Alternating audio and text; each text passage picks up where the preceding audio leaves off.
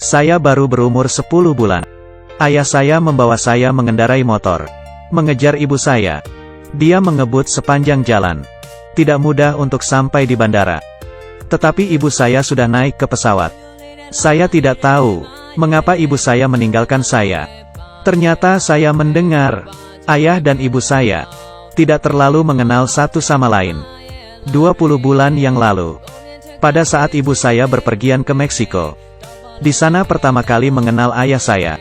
20 bulan kemudian, saat kedua kalinya dia bertemu ayah saya, dia membawa saya di sisinya.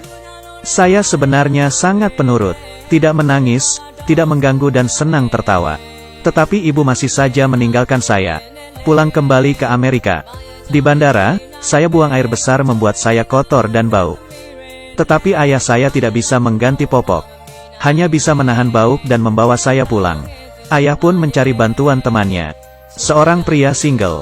Ternyata sangat sulit membawa anak bayi selucu saya. Ayah saya merasa sedih, tetapi dia tidak meninggalkan saya, memasukkan saya ke dalam tas ransel, berjalan menuju Amerika mencari ibu saya. Ayah saya sangat perhatian. Walaupun saya sudah tertidur, ayah saya tetap memberikan saya susu. Saya selalu dikaget dibuat ayah saya, tetapi saya tidak pernah menangis. Mungkin saja saya anak yang baik. Menyentuh hati paman yang mengemudikan truk. Paman menggunakan sihirnya, memasukkan kami ke dalam ruangan gelap. Saat pintu terbuka, kita telah sampai di Amerika, menggunakan satu-satunya foto ibu saya. Sesampainya di Los Angeles, ayah saya menemukan hotel tempat ibu saya bekerja. Tetapi petugas pintu tidak membiarkan kami masuk. Walaupun ayah saya tidak mengerti bahasa Inggris, tetapi tidak ada masalah dengan matanya. Anjing pun diperbolehkan masuk. Atas dasar apa kami tidak diperbolehkan masuk? Ayah saya tidak terima. Dia masuk melalui pintu karyawan, memasukkan saya ke dalam satu keranjang, bergegas mencari ibu saya. Faktanya seseorang mengatakan kepada ayah saya, ibu saya telah berhenti bekerja. Tetapi ayah tidak mengerti.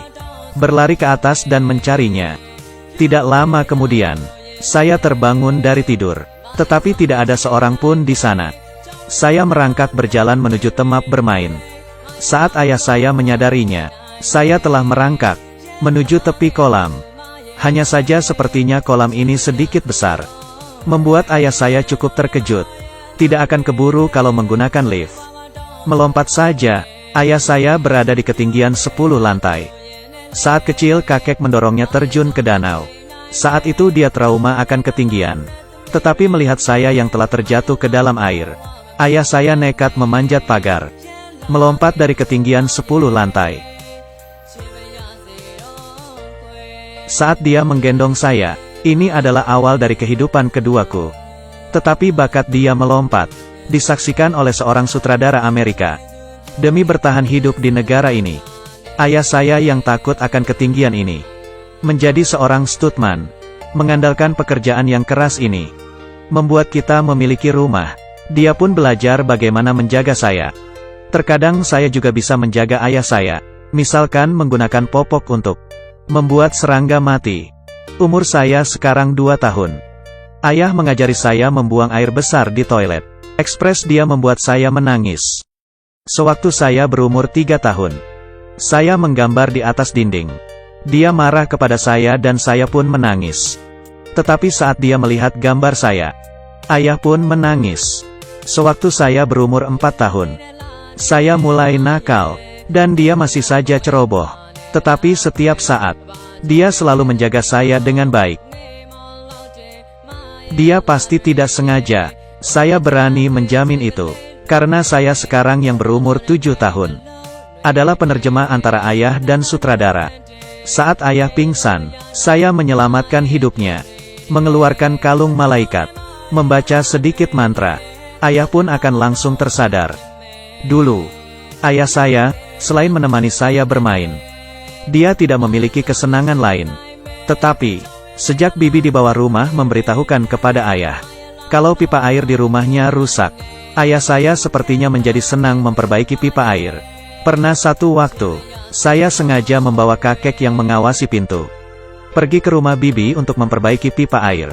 Ternyata tidak ada masalah sama sekali dengan pipa airnya. 2 tahun yang lalu, ayah mengatakan kalau dia sakit. Setiap bulan harus pergi ke rumah sakit mendapatkan suntikan. Setiap dia mendapatkan suntikan, dokter akan memberikan saya sebotol obat merah. Mengatakan ini adalah vitamin. Mereka sengaja meminta saya keluar dari kamar. Terlihat ada suatu masalah. Tidak ingin saya mengetahuinya. Pengobatan tidak berhasil. Masih tersisa berapa lama? Tidak lama lagi. Setelah hari itu, ayah menggendong saya, meminta saya memilih ibu. Tetapi wanita-wanita ini, tidak ada satupun yang mirip dengan ibu saya. Saya juga tidak pernah bertemu dengannya. Tetapi di atas kasur saya, tertempel penuh semua foto yang dikirim ibu saya. Ayah berkata, ibu saya adalah seorang pahlawan. Setiap hari sibuk menyelamatkan bumi. Tidak ada waktu pulang melihatku. Tetapi setiap hari Jumat, ibu akan mengirimkan saya sepucuk surat. Memberitahukan kepada saya, dia sedang melakukan suatu misi. Bulan lalu, Batman mencari dan meminta bantuannya.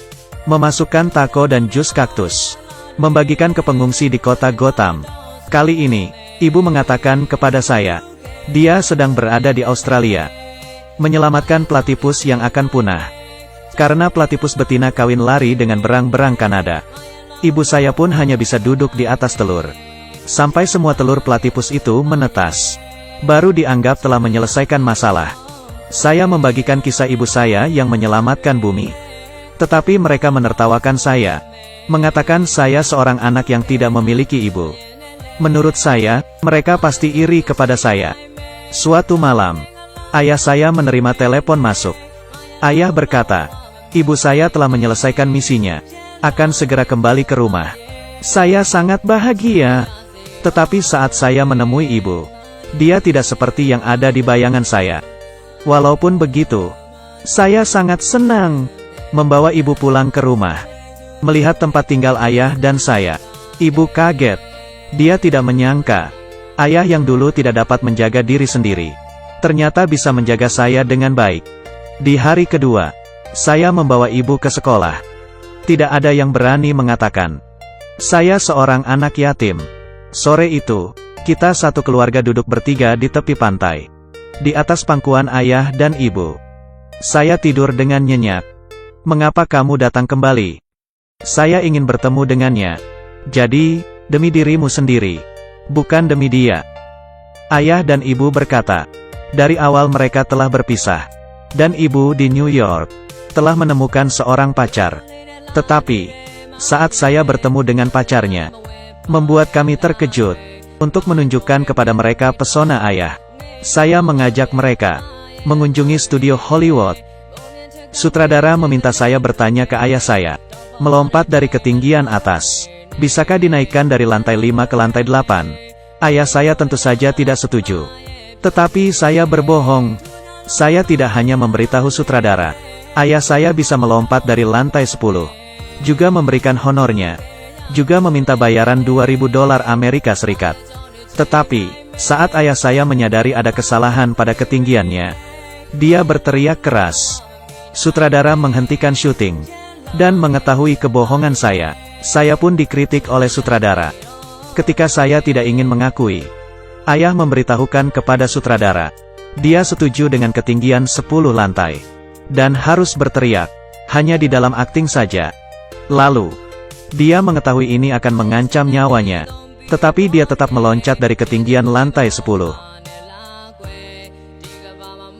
Semua orang yang ada di sana terkejut. Hanya saya saja yang dengan tenang mengeluarkan kalung malaikat.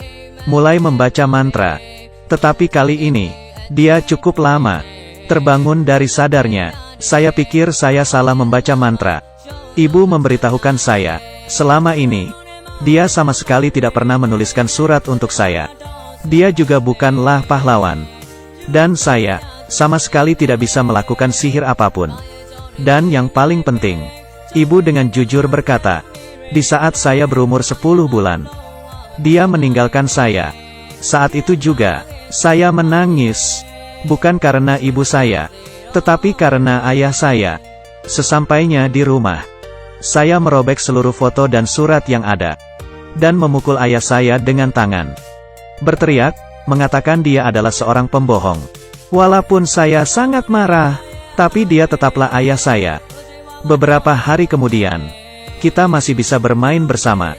Tapi ternyata, ibu yang baru saya temui, tiba-tiba membuat ayah saya mendapatkan surat dari pengadilan. Ibu memberitahukan kepada hakim, profesi ayah saya terlalu berbahaya, tidak dapat menjaga anak dengan baik. Ayah saya sangat sedih. Dia memohon kepada ibu, jangan melakukan ini kepadanya. Tapi ibu saya bukan hanya tegas, tetapi juga mengundang seseorang ke kantor mereka. Seorang pengacara terbaik. Benar, ibu saya yang sekarang telah menjadi seorang pengacara. Maka dari itu dia percaya dia akan menang. Demi memenangkan persidangan, ayah berhenti dari pekerjaannya di Hollywood. Dia pergi ke rumah nenek di Los Angeles untuk menjadi pengurus rumah. Pekerjaan ini sepertinya mudah. Tapi hari pertama ayah saya bekerja, menjadi sasaran anjing bisar tetangga. Hampir saja membuat lengannya patah. Saat dia sedang memperbaiki mobil, dia bertemu nenek di belakang rumah, dan keluar mengendarai mobil, membuat ayah saya terseret. Hampir saja merebut nyawanya. Saya melihat ayah saya, pekerjaan pengurus rumah ini, lebih membahayakan daripada pekerjaan menjadi stuntman. Di saat dia menderita demi saya, ibu saya membawa saya membeli banyak baju cantik, dan melihat pertunjukan wayang yang belum pernah saya lihat sebelumnya. Memiliki seorang ibu ternyata sangat menyenangkan. Sampailah di hari persidangan, Paman Michael menjadi saksi, menceritakan tahun itu, ayah, demi menyelamatkan saya, melompat dari ketinggian lantai 10. Tetapi pengacara New York berkata, ayah saya seorang ceroboh, membuatku dalam bahaya. Tetangga kami pun menjadi saksi, berkata kalau kehidupan saya dan ayah sangatlah bahagia. Bahkan artis Hollywood pun datang membantu. Tetapi, mereka mengatakan akan membantu. Saat kami mengendarai motor, dia tidak pernah lupa memakai helm ke kepala Mahime. Melihat ayah yang akan kalah dalam gugatan, Paman Michael pun meminta ayah mengatakan yang sebenarnya. Tetapi ayah hanya diam. Dia mengatakan kepada hakim, kalau ibu di dunia ini ingin mempertimbangkan untuk anak-anaknya, kalau begitu untuk apa meninggalkan anak berumur 10 bulan untuk dibesarkan oleh ayahnya? Sekarang, setelah mereka memupuk perasaan yang dalam, hanya karena ibu menginginkan kembali anaknya, memisahkan ayah dan anak. Saya sangat tidak mengerti. Bagaimana bisa begitu? Apakah perkataan ayah berguna? Kita tidak tahu. Pokoknya, saat hakim memutuskan, mengatakan hal ini, saya memutuskan putri kecil ini akan hidup bersama. Satu-satunya keluarga yang paling mengerti dan selalu ada di sampingnya. Hakim berkata, ayahnya bersedia demi putrinya. Dari ketinggian gedung, tidak memikirkan diri sendiri dan melompat ke bawah. Dia demi anaknya. Dia juga telah berjanji, tidak akan lagi melompat dari gedung dengan bayaran tinggi. Ayah yang begitu baik, bagaimana kita bisa begitu tega memisahkan dia dan putrinya? Tetapi ternyata, ibu tidak putus asa. Karena dia tahu, saya dan ayah tidak memiliki hubungan darah. Di pengadilan mengumumkan bahwa hasil laporan DNA kami tidak sama.